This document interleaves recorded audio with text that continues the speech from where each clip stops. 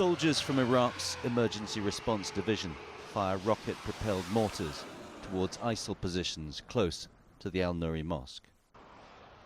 They land with devastating effect. And fighting continues around the railway station that Iraqi forces first got to a week ago. The families of those inside continue to flee. This woman said her house had been hit by the fighting.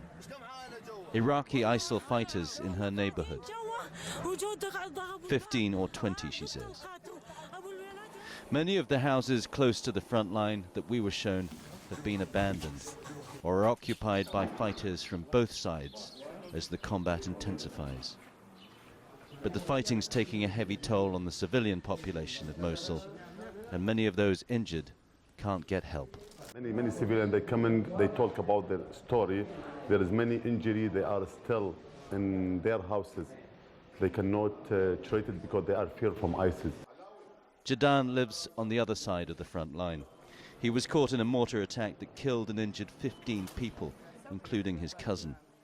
He was taken to an ISIL medical facility by a friend.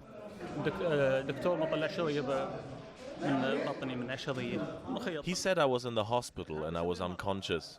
They told me I had fragments in my shoulder and stomach. But they could do little for his shattered leg.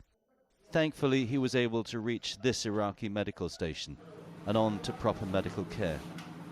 But the doctors are also seeing new threats. Also, there is many cases coming. We just check it with my teams here. ISIL, they use the chemical weapon with some mortars, especially chloride.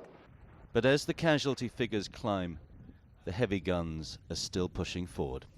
There is a tank moving in, just an illustration of how much heavy armor is going in. And one of the reasons that's continuing now is because the weather has closed in. The window for airstrikes has now closed.